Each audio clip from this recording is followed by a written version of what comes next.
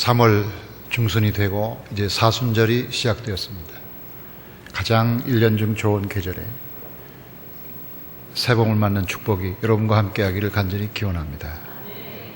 아멘 하는 사람에게만 이 축복이 임합니다. 유대인처럼 유머를 좋아하고 수수께끼를 좋아하는 민족은 없을 겁니다. 많은 유머와 수수께끼가 있지만 이런 것이 있습니다. 사람에게 눈물과 슬픔과 아픔을 주지 않으면서도 눈물 나게 하는 게 뭐냐? 슬픔과 아픔을 주지 않으면서도 눈물 나게 하는 게 뭐냐? 답은 양파입니다. 노아 방주에 살아있는 것으로 들어가지 않는 게 있는데 그게 뭐냐? 답은 물고기입니다. 거기 들어갈 필요가 없습니다. 가만히 있으면 비가 오니까. 경건한 유대인들이 커피를 마시기 전에 반드시 해야 될 게 뭐냐? 경건한 유대인들이 커피를 마시기 전에 해야 될 게 뭘까요? 입을 벌리는 겁니다. 요 근래에 제가 어떤 책에서 그런 수수께끼를 봤는데요. 한국 수수께끼입니다. 오랫동안 봉사활동을 오래 하다가 드디어 빛을 본 사나이가 누구냐? 오랫동안 봉사활동을 오래 하다가 드디어 빛을 본 사람이 누구냐? 신봉사입니다. 이 신봉사 얘기를 통해서 제가 이 짧은 얘기인데 그 짧은 얘기가 굉장히 저에게 느낌을 주더라고요. 야, 이게 기도구나. 오랫동안 노력하고 인내하다가 드디어 빛을 본 사람. 기도는 다른 것이 아니라 오랫동안 노력하고 애쓰면 반드시 빛을 보는 거. 기도. 그런 생각을 하게 됐어요. 저는 지난주에 성령으로 기도하자는 주제로 하나님의 성령님이 우리 안에 거하시고 또 우리 안에 거하시는 성령님이 하시는 일은 우리를 하나님 닮은 거룩한 자가 되게 하신다. 이를 위해서 죄를 이기고 그리고 또 하나는 기도하게 하신다. 그런 말씀을 했습니다. 따라해 볼까요? 성령님은 기도하게 하십니다. 자, 우리 안에 계시면서 날마다 우리에게 기도하게 하시는 성령. 그분 때문에 우리가 하루하루 살아가는 거예요. 근데 우리가 기도하면서 늘 질문하는 거 이거예요. 기도해서 무슨 소용이 있을까? 기도한다고 달라지나? 우리가 기도를 하면서도 늘 기도에 대한 이런 질문은 우리가 계속하는 겁니다. 영국의 C.S. 루이스라는 유명한 영성가가 스크루테이프라는 편지라는 책을 썼는데 이 책에서 이 책은 지옥에 있는 마귀 대장이 이 땅에서 아직도 활동하는 조카 마귀에게 쓴 편지 형식으로 책을 쓴 거예요. 그러니까 지옥에 있는 마귀 대장이 제일 싫어하는 게 기도입니다.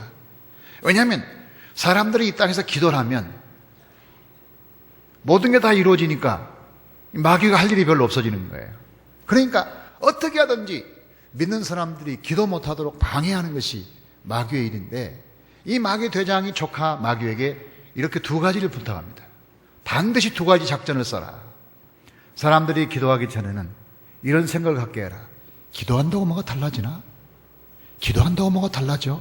그 생각을 주입시키고 그 다음에 어쨌든 기도를 해가지고 어떤 응답을 받으면 그 다음에 두 번째 작전. 아니 이건 기도한다고 달라졌나? 기도하지 않아서도 될 일이잖아. 기도하지 않아서도 이루어질 일이었어. 기도한다고 되는 것이 아니었다. 이런 생각을 쏙 집어넣어라. 그래가지고 기도란 별로 필요 없는 일이라는 생각을 갖게 해라. 이것이 마귀 대장의 작전이라는 거죠. 그래서 그런지 우리는 늘 기도하기 전에 기도한다고 뭐 달라지나? 그 생각과 더불어 기도에서 어떤 응답을 받으면 뭐 기도했다고 응답됐나? 원래 될 건데? 이런 식으로 생각하는데 그게 고도의 마귀의 작전이라는 것이죠. 여러분 반드시 기도하면 응답된다는 사실을 믿습니까? 어떤 기도도 하나님이 응답하신다는 것을 믿는 게 중요합니다. 기도가 얼마나 효과가 있는지 기도에 대한 과학적인 검토와 연구가 많이 이루어졌습니다. 그중에 이런 책이 있습니다. 기도가 인생을 바꾼다. 이 기도가 인생을 바꾼다는 이 책은 과학자들이 도대체 기도에 어떤 과학적인 힘이 있는가를 연구해서 보고한 책입니다. 미국의 과학자들이 미국에 흩어진 많은 사람 45명을 골랐습니다.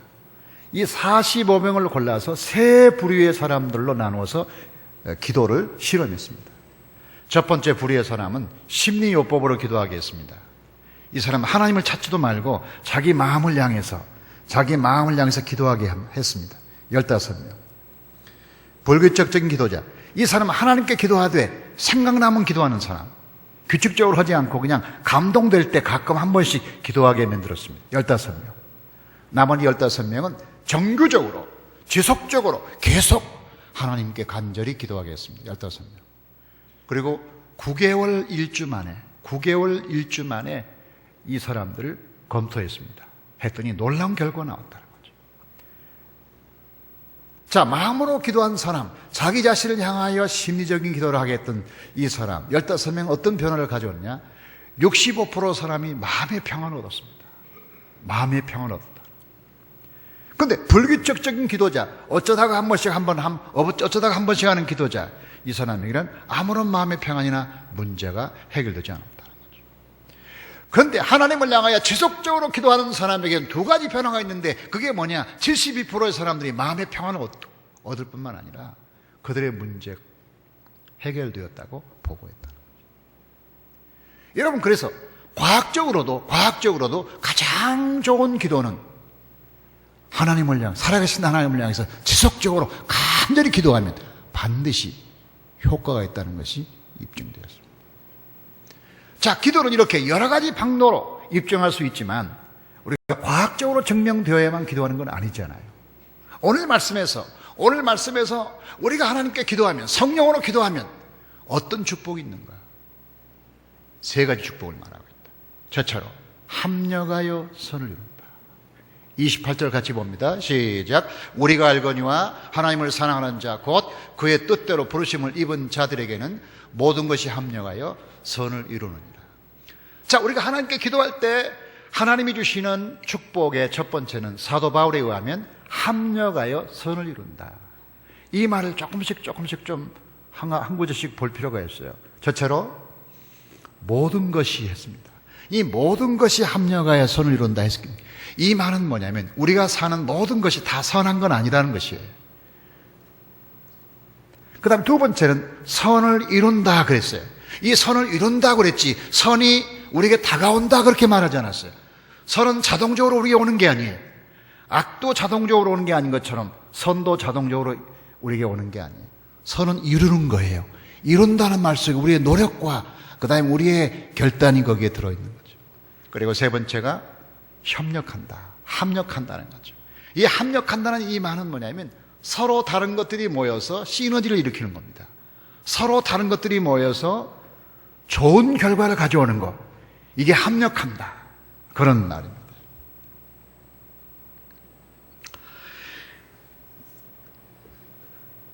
유대인들 가운데 이런 말을 해요. 유대인 격언 가운데 돈이 없을 때 나쁜 것만큼 돈이 있을 때 좋은 것은 아니다. 이 말은 우리가 돈이 없으면 불편하지만 돈이 있다고 행복한 건 아니라는 거예요. 돈이 없으면 불평하는 건 맞아요. 불편한 건 맞아요. 돈이 있다고 행복한 건 아니라는 거예요. 이 말은 늘 우리가 돈이 많아야 행복한 건 아니라는 그들의 지혜를 보여주는 거예요. 오스카 와일드라는 사람은 이렇게 또 말했어요. 이 세상에는 두 가지 비극이 있다. 하나는 자기가 원하는 것을 얻지 못하는 것이고 다른 하나는 자기가 원하는 것을 다 얻는 것이다. 우리는 생각할 때 다 얻는 게 축복이고 다 얻는 게 복이라고 생각하지만 다 얻는 게 화가 될 때가 많아요. 다 얻는 게 좋지 않을 때가 많아요. 이 말은 뭐냐면 우리가 살아가면서 우리 마음대로 안 되는 것이 늘 실패가 아니라는 거예요. 저는 인생을 살아가면서 안 되는 것이 되는 것이라는 역설을 조금 배운 사람 중에 하나예요. 고등학교 때 연탄가스 먹어서 제가 원하는 대학을 못 갔지만 대신 신학교를 들어가서 목회자가 되었어요. 신학교 들어가서 제가 미국 유학을 하고 싶었는데 비자를 받지 못해서 별 수 없이 이스라엘로 가서 예수님의 발자취를 따라 많은 은혜를 받았어요. 미국에서 공부하면서 교수가 되고 싶어서 노력을 많이 했는데 목회학 박사를 마치고 또 철학 박사에 도전했는데 시한에 쫓겨가지고 다 마치지 못하면서 목회해야겠다고 목회자가 되면서 한신교회 목회자가 된 거예요. 안 되는 게 되는 거예요. 우리가 늘 생각할 때 안 되는 건 실패라고 생각하지만 이 안 되는 걸 통해서 되게 하시는 하나님의 은혜가 있다는 거죠. 이 안 되는 게 늘 실패가 아니라는 깨달음, 이게 신앙적 깨달음이라는 거죠. 여러분이 어거스틴을 아십니까? 5세기 성자 어거스틴. 이 사람은 신앙인으로 태어났지만 하나님을 멀리 떠났죠. 늘 어머니 마음을 아프겠죠. 한 번은 이 사람이 로마로 간다는 거예요. 당시 로마는 환락가였습니다. 어머니가 눈물로 말렸어요. 가지 말라고. 근데 이 친구는 로마로 떠났어요. 망한 줄로 알았어요. 로마에서 어떤 일이 있었어요? 로마에 갔더니 시라쿠스라는 유명한 교수를 만나요. 근데 교수가 어거스틴이 탕자지만 그 속에 놀라운 학문적 잠재력이 있는 걸 알았어요. 그래 이 사람을 수사학과 웅변수를 가르쳐가지고 밀라노에 있는 왕궁의 교수로 보냈어요. 밀라노에 어거스틴이 갔는데 거기에 유명한 암브로시우스라는 설교자가 있었어요. 그 사람이 많은 감동과 영향력을 미치고 있었어요. 어거스틴이 암브로시우스의 명성을 듣고 설교를 들으려고 그 교회를 갔는데 설교를 듣는 그날 완전히 거꾸로진 거야. 다시 말하면 어거스틴은 로마로 가지 말았어야 했는데 갔기 때문에 하나님 만난 거예요. 가지 말았어야 했는데 갔기 때문에 만난 거예요. 이 역설. 그러니까 로마라고 하면 망한 줄 알았는데 망한 게 아니라 오히려 하나님이 로마의 놀라운 뜻을 계획하고 있었던 거죠. 칼빈은 제네바에서 종교개혁을 실시했는데 실패했잖아요. 쫓겨났잖아요. 쫓겨났기 때문에 다시 초청받아가지고 제네바를 성시로 만든 거죠. 여러분, 나오미가 베들레헴 떠나서 모압 땅에 가가지고 남편 죽고 두 아들 죽었잖아요. 며느리나 데리고 겨우 베들레헴에 돌아왔는데 실패자로 돌아왔어요. 실패자로 돌아왔기 때문에 만난 게 누구예요? 보아스잖아요. 이 보아스를 룻과 결혼시켜서 다윗의 증조모가 되게 했잖아요. 이런 생각을 해볼 수가 있어요. 만약에 만약에 나오미가 모압 땅에서 남편도 안 죽고 두 아들도 안 죽고 잘 나갔다면 그럼 베들레헴에 들어올 필요가 없어요. 베들레헴에 돌아올 필요가 없다면 보아스를 만날 필요가 없어요. 보아스를 만나지 않았다면 다윗도 안 태어나요. 다윗이 안 태어나면 예수님도 없는 거예요. 이건 놀라운 역설이에요. 안 되는 게 되는 거예요. 안 되는 게 되는 거. 이게 신앙의 차원이라고요. 그러니까 안 믿는 사람은 안 되면 망했다 그러지만 믿는 사람은 안 되는 것 속에 되게 하는 하나님의 은혜를 봐야 돼요. 합력하여 선을 이루시는 하나님. 아멘. 합력하여. 가장 대표적인 게 요셉이에요. 여러분, 요셉이 아무 죄가 없이 애굽에 팔렸잖아요. 애굽에 갔더니 보디발의 아내가 그를 유혹해가지고 아무 죄도 없이 감옥에 집어넣었잖아요. 아무 죄도 없는 요셉이 감옥에서 썩었잖아요. 고생했잖아요. 망했잖아요. 그런데 그 뒤에 요셉이 뭐라고 말해요? 창세기 50장. 중요한 구절입니다. 같이 봐요. 시작. 당신들은 나를 헤아려 하였으나 하나님은 그것을 선으로 바꾸사 오늘날과 같이 많은 백성의 생명을 구원하게 하시려 하셨나니. 다 같이 선으로 바꾸사. 악을 선으로 바꾸신 하나님. 요셉을 아무 죄도 없이 감옥에 팔고 애굽에 팔았던 형제들과 그 보디발 아내의 악을 바꾸시는 하나님. 바꿔주시는 하나님. 합력하여 선을 이루시는 하나님. 우리가 기도하면 하나님은 늘 악을 선으로 바꿔주신다. 그래서 브루시라는 사람은 이런 말 했죠. 하나님은 가끔 악을 이용하여 악을 없애신다. 악을 이용하여 악을 없애신다. 하나님의 수법이에요. 하나님 방법이에요. 그러니까 우리가 늘 안 되는 것이라고 탄식할 필요가 없는 거예요. 하나님이 바꿔주신 은혜를 더 기대해야 돼요. 그 축복이 여러분과 함께하기를 간절히 축원합니다. 하나님이 바꿔주시면 어떻게 돼요? 중요한 믿음이 여기서 나오는 거예요. 하나님은 끝까지 도우신다. 다 같이 끝까지 도와주신다. 하나님이 끝까지 도와주신 은혜를 보고 말씀하는 게 오늘 29절과 30절입니다.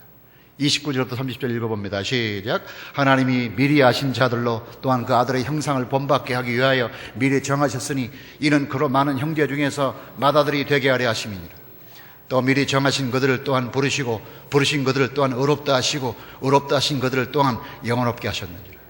이건 하나님의 우리를 온전한 구원을 향해서 나아가게 하는 5가지 과정을 보여주고 있어요. 자, 하나님 미리 아셨어요. 미리 정하셨어요. 세 번째 부르세요. 그 다음에 의롭게 하세요. 그리고 마지막에 영원롭게 하신다는 거죠. 그런데 이 5가지 하나님의 구원의 과정은 모두 완료형으로 표현되고 있어요. 마지막 볼까요? 30절 보니까 영원롭게 하셨느니라 그랬어요. 근데 사실은 말이죠. 하나님이 우리를 아시는 것은 과거일 수 있어요. 하나님 우리를 정하실 수 있어요. 과거에. 하나님 우리를 어느 시점에서 부르실 수 있어요. 과거의 어느 시점에. 그런데 우리를 의롭게 하신다. 이게 의롭게 하신 사람도 있고 그렇지 않은 사람도 있잖아요. 구원은. 근데 영화롭게 하시는 것은 누구나 다 영화롭게 되지는 않았어요. 영화는 이 땅에서 이루어지는 과제가 아니에요. 영화, 하나님처럼 되는 것은 하늘나라 가서나 되는 거예요. 영광, 영화, 영화로운 존재가 되는 것은 천국에 가서나 이루어질 미래의 일이에요.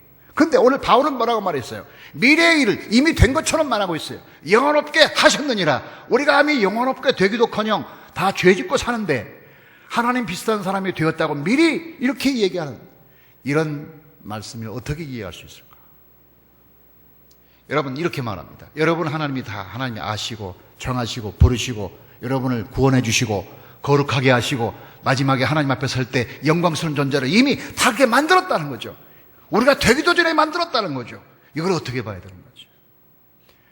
제가 부모로서 생각해 보니까 좀 이해가 되는 거예요. 우리가 자녀를 낳고 길러요. 아직은 유치원 다니고 초등학교 다녀요. 아직 걔들은 어려요. 12살, 10살밖에 안 됐어요. 근데 12살, 10살밖에 안 됐지만 부모는 다 이미 결정했어요. 뭘 결정했어요? 걔가 아직 중고등부에 들어간 적도 없어요. 걔는 대학에 가지 않았어요. 그래도 걔가 중학교 들어가면, 대학교 들어가면 등록금 내려고 다 결정하고 있어요. 이미 등록금 안 냈지만 등록금 내는 건 부모 마음에 이미 결정된 거예요. 걔가 자랐어요. 장가 가야 돼요. 시집 가야 돼요. 장가 가고 시집 가는 거 아직 한참 있다야 될 일이지만 부모는 어떤 경우에도 걔들 장가 보내고 시집 가기로, 시집 보내기로 마음 먹었어. 어떤 돈이 들어도 장가 보내고 시집 보내기로 마음 먹은 거예요. 그리고 얘들이 지금 아프지도 않고 건강하게 말짱해. 그렇지만 얘들이 아플 경우에 병원에 갈 때 무슨 뭐 큰 병이 걸려가지고 골골하게 되면 어떤 경우에도 걔들을 고치겠다고 부모는 이미 다짐하고 있는 거예요. 미래일을 이미 결정한 거예요. 미래일은 결정된 거예요. 미래일은 이미 다짐했고 과거형이 된 거죠. 미래형이 과거형이 된 거예요. 그러니까 하나님이 우리를 건지시고 구원하시고 의롭게 하시고 거룩하게 하시고 영원롭게 하셨느니라. 이 말은 이미 우리가 그렇게 된 적은 없지만 하나님 마음에 다 끝까지 구원하겠다. 내가 내 자녀를 끝까지 구원하겠다. 내가 한 번 구원하기로 마음먹은 사람을 끝까지 구원해서 구원의 완성을 이루게 하겠다. 하나님의 작정, 하나님의 은혜의 결정, 하나님의 거룩한 결심, 하나님의 열심 이 속에 있는 거죠. 여러분 정말 이걸 믿으셔야 돼요. 하나님이 여러분을 오래전부터 완전한 구원을 받는 자로 여러분 선택하신 걸 믿습니까? 하나님의 마음속에 있는 거죠. 이거를 신학자들은 성도의 견인이라고 불렀어요. 이 성도의 견인이라는 이 말은 견디게 하시고 인내케 하신다. 견인. 성도의 견인이라는 말은 이런 거예요. 읽어봐요. 뜻을 시작. 하나님이 믿는 자를 끝까지 견디게 하시고 승리하게 하신다. 이게 성도의 견인. 이 신학적인 용어인데요. 하나님이 우리를 견디게 하시고 인내하게 하셔서 끝까지 승리하게 하신다. 가끔 우리는 넘어지지만 가끔 넘어지는 게 중요한 게 아니라 마지막을 보자. 이 마지막까지 끝까지 이기게 하신다. 이것이 굉장히 중요한 말이라는 거죠. 여러분 이것은 오늘 로마서 8장 28절에 보니까 그 뜻대로 다 같이 그 뜻대로 그분의 뜻과 계획과 작정 가운데 일어나는 것입니다. 디모데후서 1장 9절 볼까요? 시작. 하나님이 우리를 구원하사 거룩하신 소명으로 부르심은 우리의 행위대로 하심이 아니요 오직 자기의 뜻과 영원 전부터 그리스도 예수 안에서 우리에게 주신 은혜대로 하심이라. 자기의 뜻과 영원 전부터 계획하신 하나님의 작정, 하나님의 결심, 이것이 우리를 거룩하게 만드는 거죠. 여러분이 구원받았으면 어떻게 알아요? 여러분이 구원받았어요? 뭐 어떻게 알아요? 제가 물었더니 이 사람들이 두 가지를 얘기하더라고요. 저에게 믿음이 있잖아요. 믿음이 있으니까 알죠. 예, 좋아요. 여러분이 믿음이 있기 때문에 구원받은 건 맞아요. 믿음이 없이는 구원받을 수가 없어요. 그러나 그 믿음이 완전한 믿음인가요? 그 믿음이 확고부동한 영원 불변한 믿음인가요? 가끔 그 믿음은 의심이 되기도 하잖아요. 가끔 당신의 믿음은 감정적이 되기도 하잖아요. 당신의 믿음을 누가 믿어요? 당신의 믿음을 누가 판단해요? 믿음 있는 건 내가 인정하겠어요. 그러나 하나님이 인정할 만큼이에요? 아니잖아요. 어떤 사람은 우리의 삶이 구원받은 걸 보여주지 않아요. 그래요. 고마워요. 당신의 삶이 그렇게 잘 산다면 행복한 일이죠. 나 가끔 우리가 구원받은 사람이지만 안 믿는 사람보다 못 살 때가 많잖아요. 솔직히 고백해서 그렇잖아요. 우리의 믿음과 삶이 구원을 보여주지만 그것이 확증시키는 건 아니죠. 우리의 구원을 확실히 보증하고 우리가 끝까지 하나님 자녀로 살아남는 비결 중에 제일 중요한 건 하나님의 불변하신 뜻과 영원하신 계획과 우리를 향하는 그분의 은혜와 사랑. 내가 너희를 끝까지 구원해서 마지막까지 구원의 날에 너희들을 서게 하겠다. 내가 끝까지 도와줄게 라고 하시는 하나님의 그 작정과 은혜 때문에 저와 여러분이 구원받게 될 것을 믿습니다. 구원의 확증은 우리의 감정이나 믿음이나 우리의 삶에 찾으면 안 되고 하나님의 영원하신 계획으로부터 찾아야 된다는 것이 매우 중요합니다. 말라기 볼까요? 말라기 시작. 나 여호와는 변하지 아니하나니 그러므로 야곱의 자손들아 너희가 소멸되지 아니하느니라. 우리가 소멸되지 않는 이유는 우리 자신의 변하지 않는 삶의 행동 때문이 아니라 하나님이 변하지 않으심 때문에. 또 볼까요? 시편에 그가 말씀하심에 이루어졌으며 명령하심에 견고히 섰도다. 여호와의 계획은 영원히 서고 그의 생각은 대대 이르리로다. 하나님의 계획 때문에. 또 볼까요? 예. 시작. 사람의 마음에는 많은 계획이 있어도 오직 여호와의 뜻만이 완전히 서리라. 하나님 우리를 구원하시는 그분의 계획과 뜻이 우리를 온전한 구원으로 이끄시는 거예요.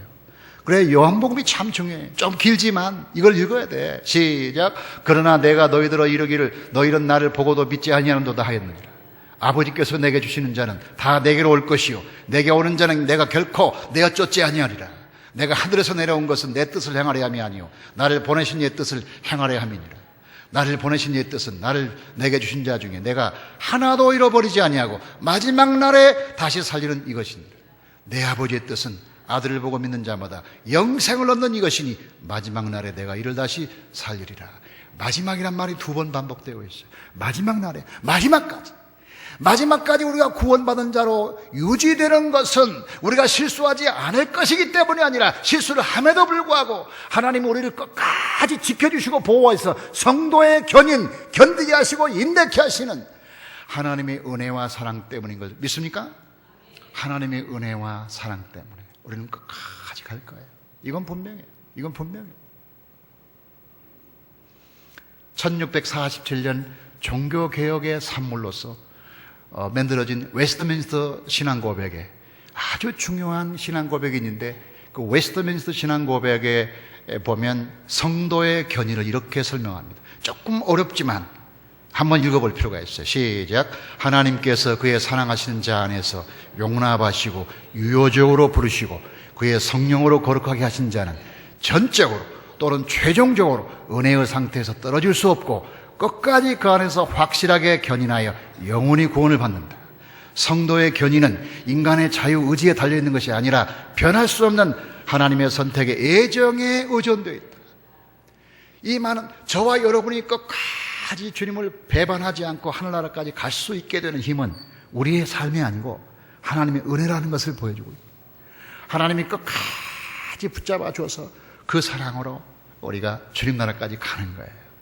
믿으셔야 돼요. 끝까지 돌보시는 거예요. 아멘. 끝까지 보호하시고 끝까지 지키시고 끝까지 인내케 하시고 이게 하나님의 은혜라는 거죠. 하나님이 예수님에게 주신 영혼들은 한 사람도 버림없이 끝까지 구원하시는 게 하나님의 뜻인데 그 속에 저와 여러분이 들어가는 걸 믿습니까? 그 속에 우리가 들어간다는 거예요. 이게 구원의 확신이라는 거예요. 지금까지 한국교회는 구원의 확신을 자기의 믿음의 삶으로 평가하기를 원했어요. 그러나 우리의 삶은 늘 들쭉날쭉 변함이 많아요. 가끔 넘어지고 가끔 실수해요. 우리의 삶을 보면 우리 구원받았다는 느낌이 별로 없어요. 그거에 의존하면 안 돼요. 하나님의 영원하신 사랑과 은혜에 기초해야 돼요. 하나님이 존재하는 한 저와 여러분은 반드시 구원의 확신과 끝까지 갈 거예요. 아멘. 하나님의 은혜 때문에. 그래서 우리가 내리는 결론은 뭐예요? 우리는 최후에 승리한다는 거죠. 믿읍시다. 다 같이 우리는 최후에 승리합니다. 최후에 승리. 자, 우리가 최후에 승리한다는 이것은 우리가 언제나 승리한다는 말은 아니에요. 언제나 승리한다는 말은 아니에요. 어떤 사람이 이렇게 표현한 것이 공감이 가는데 우리는 전투에 늘 실패할 수 있으나 전쟁에는 이긴다 이런 말을 쓰는 거예요.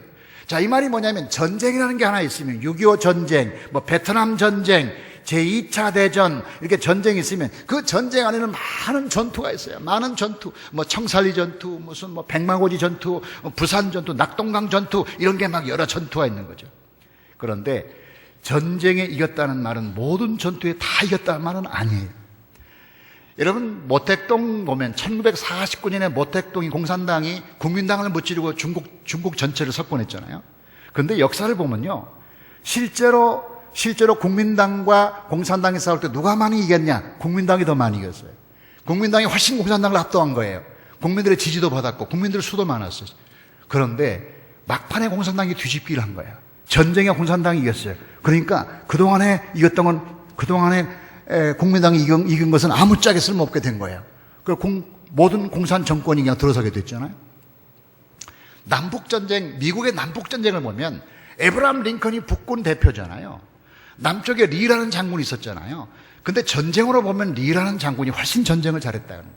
그래가지고 전쟁을 보면 남군이 더 많이 이긴 거예요. 남군이 연정연승한 겁니다, 여러분. 아브라함 링컨이 이긴 게 아니에요. 근데 마지막에 아브라함 링컨이 이긴 거야. 이걸 게티스버그 전투에서 이긴 거예요. 그러면 많은 전투에서 졌지만 전쟁에 이긴 사람이 마지막에 이긴 거예요. 이게 중요한 겁니다. 여러분과 제가 세상에 살아가면서 늘 실패하고 넘어져요. 근데 그거 작은 실패와 넘어진 것 때문에 우리가 망한 건 아니에요. 이걸 하는 게 중요해요. 지난 우리 수요일 날 우리 교회 이종숙 선교사라는 분이 필리핀 선교사가 오셔서 간증을 했는데, 이종숙 선교사의 간증을 듣고 많은 감동과 은혜를 받았어요. 이종숙 선교사는 필리핀에서 선교하는데, 이분이 다구판이라는 교도소를 중심으로 선교하는데, 이 다구판 교도소는, 필리핀의 이 교도소는 우리나라의 청송교도소처럼 악질 범죄만 거기 모아놓는 거라는 거죠. 거기는 아주 굉장히 강력범들만 거기 모아놔요. 뭐 강도, 강간, 뭐 살인 이런 것만, 마약 이런 사람만, 아주 무시무시한 사람만 모아놨는데, 거기서 이 사람이 선교하게 되는데 매주 가서 설교하고 하나님의 은혜를 선포하고 하나님의 사랑을 선포하고, 그래서 사람들이 막 감동을 받고 변화가 되고 많은 역사가 있었어요. 그런데 어느 날 이 이종수 선교사가 밤늦게 시내를 걸어갈 일이 있어가지고 밤늦게 시내를 가는데, 갑자기 강도가 앞뒤로 딱 막으면서 복면쓴 강도가 이 이종수 선교사를 딱 붙잡은 거예요. 그리고 칼을 꺼내가지고 칼을 찌르면서 돈 내놓으라고 그런 겁니다. 야, 이 캄캄한 어두운 밤에 여자 혼자 강도들에게 휩싸였으니 어떻게 하면 좋습니까? 근데 하나님 그때 담대한 마음을 허락하셔서 이종수 선교사가 뭐 죽으면 죽으리라는 마음을 가지고 그 사람들에게 What do you want? 무엇을 원합니까? 하고 외쳤다는 거예요. What do you want? 무엇을 원하냐고 이렇게 얘기했더니 그 강도들이 깜짝 놀라면서 갑자기 칼을 슬그머니 뒤로 숨기더라는 거예요. 무엇을 원하냐고 소리쳤는데 그 말 한마디만 했는데도. 그래, 이상하다. 순간적으로 오는 감동이, 얘들이 교도소에서 내 설교를 들었을 가능성이 높고 내가 누군지를 지금 보고 있는 것 같다 느낌이 들어가지고 복면을 확 걷어버린 거야. 그랬더니 강도들이 얼굴이 드러났잖아요. 보니까 발데스라는 사람인데, 이 사람이 강도질을 하고 감옥에 들어와서 오랫동안 복역했던 사람이에요. 이 사람이 감옥에서 이 선교사의 설교를 듣고 감동받아서 예수 믿고 선한 사람 되기로 마음먹었는데, 이 사람이 또다시 강도질을 했는데 하필 그 사람이 선교사를 강도질한 거야. 그래서 선교사가 그 발데스에게 말했어요. 당신은 감옥에서 하나님 만났지 않느냐? 내가 그렇게 설교했지 않느냐? 그런데 다시 이렇게 강도질 하다니 이럴 수가 있느냐? 했더니 그 발데스가, 선교사님 너무 죄송합니다. 내가 복역을 하고 감옥에서 나와서 취직하려고 여기저기 다녔지만 사람들이 내가 강도였다는 걸 알고서 아무도 나에게 직장을 주지 않아가지고 내가 너무 곤고한 세월을 몇 달 보내다가 최근에도 하도 먹을 게 없어서 사흘 동안 굶었습니다. 자녀들은 넷인데 난 아무짝에 쓸모없는 겁니다. 난 너무 아무것도 못하겠습니다 하면서 오는데 너무너무 불쌍하고 안타까워서 그 선교사가 그 강도를 붙들고 한참 울다가 포장마차에 가가지고 먹을 것을 많이 주고 배를 좀 채운 다음에 자기 있는 호주머니에 돈을 다 꺼내보니까 한국 돈으로 한 3만 원쯤 나오더라는 거예요.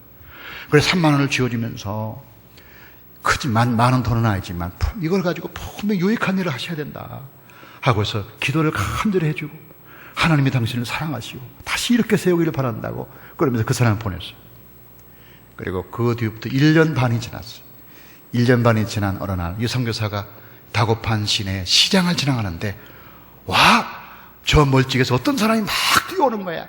누군가 하고 보니까 이 발데스가 리아카를 끌고 뛰어오는 거죠. 리아카를 끌고 뛰어오는데 보니까 어묵장사를 하는 거야, 이 사람이. 그래서 어떻게 된 겁니까 했더니 선교사님 그때 준 돈으로 집에 가서 판자떼기 가지고 리아카를 만들고 이것으로 재료를 사가지고 장사를 시작했는데 지금 장사가 잘 돼가지고 우리 네 식구가 지금 잘 살고 있고, 하나님이 나를 축복하셔서 나를 이렇게 세워서 내가 하나님을 잘 섬기고 봉사하고 있다고, 그러면서 너무 감사하다고 그러면서 선교사님에게 얘기하는.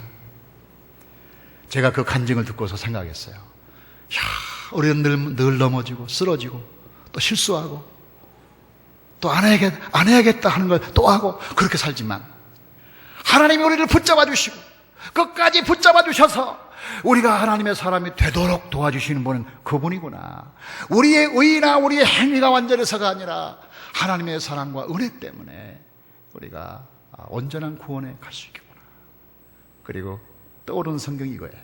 시편 37편 24절. 그는 넘어지나 아주 엎드러지지 아니하면 여호와께서 손으로 붙드시미로다. 아멘. 우리는 늘 넘어져. 예배 끝나고도 넘어진 사람이 있을 거야, 분명히. 예? 몇 주 전에는 예배 잘 드리고 나가다가 자기 차를 누가 긁었어 해가지고 싸우는 사람이 있었단 말이죠. 대단히 열심히 설교를 듣는 사람이 대단히 열심히 싸우고 있더라고요. 이게 우리의 모습이죠. 늘 실수할 수 있어요. 그러나 우리가 넘어져도 아주 엎드러지지 않는 것은 주께서 손으로 붙드시미로다. 아멘. 주께서 손으로 붙드시미로다. 다른 이유가 때문에 아니라 바로 그분이 우리를 붙잡아 주기 때문에 우리가 다시 일어날 수 있다. 그래서 오늘 말씀 37절 보세요. 그러나 이 모든 일에 우리를 사랑하신 이로 말미암아 우리가 넉넉히 이기느니라. 다 같이 그러나 왜 그러나는 말을 썼겠어요? 우리가 실수하고 실패할 때가 많아요. 항상 마음대로 안 될 때가 많아요. 그러나가 중요한 거예요. 그러나 우리가 한 번도 실수하지 않는다는 게 아니라 그럼에도 불구하고 이 모든 일에 우리를 사랑하시는 이로 말미암아 우리가 넉넉히 이기는. 여러분 다니엘을 보세요. 다니엘이 바벨론에 끌려갔잖아요.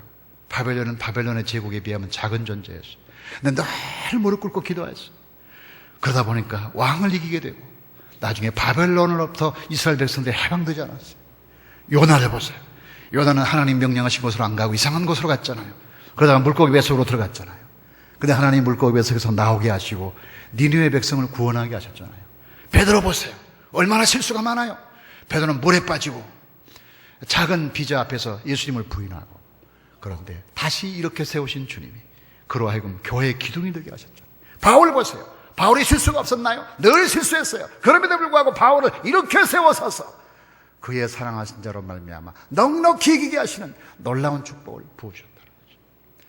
오늘 우리가 새봄을 맞이해서 우린 자주 넘어지지만 하나님의 변함없는 은혜 때문에, 그분의 사랑 때문에, 그분의 영원하신 작정과 계획 때문에, 성도의 견인 하나님 견디게 하시고 인내케 하시는 하나님의 은혜 때문에 우린 반드시 승리할 거예요. 아멘. 전투에 가끔 져요. 그러나 전쟁에 승리할 거예요. 우린 최종적인 승리할 거예요. 이걸 믿어요. 우리는 부분 승리하지 못하지만 마지막에 최종 순간에 웃는 얼굴로 나타날 거예요. 하나님의 은혜 때문에 그래요. 그 은혜가 여러분과 함께 하기를 주의 이름으로 축원합니다. 하나님 아버지, 우리는 종종 넘어지고 실수하고 실패해서 이제 우리는 아무 희망이 없다고 말할 때, 그때 주님이 오른손으로 붙잡아 주셔서 다시 일으켜 세워주시는 은혜로 지금까지 살아온 것을 감사합니다.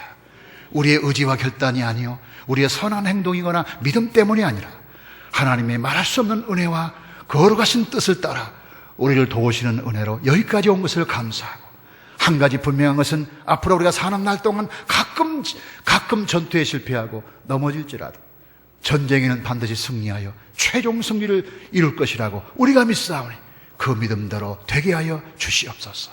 십자가에 죽었지만 부활로 승리하신 주님, 하나님, 우리가 실수하지만 하나님의 강한 손으로 붙잡아 주셔서 끝까지 구원을 이루게 하시고 하나님 나라의 영광스러운 모습으로 개선하게 하여 주시옵소서. 이 거룩한 봄의 새봄의 아름다운 기운처럼 하나님의 영광이 우리 모든 성도와 함께 하시고 기도를 통하여 주님과 동행하는 아름다운 영적 계절 되도록 도와주시옵소서. 예수 그리스도 이름으로 기도하옵나이다. 아멘.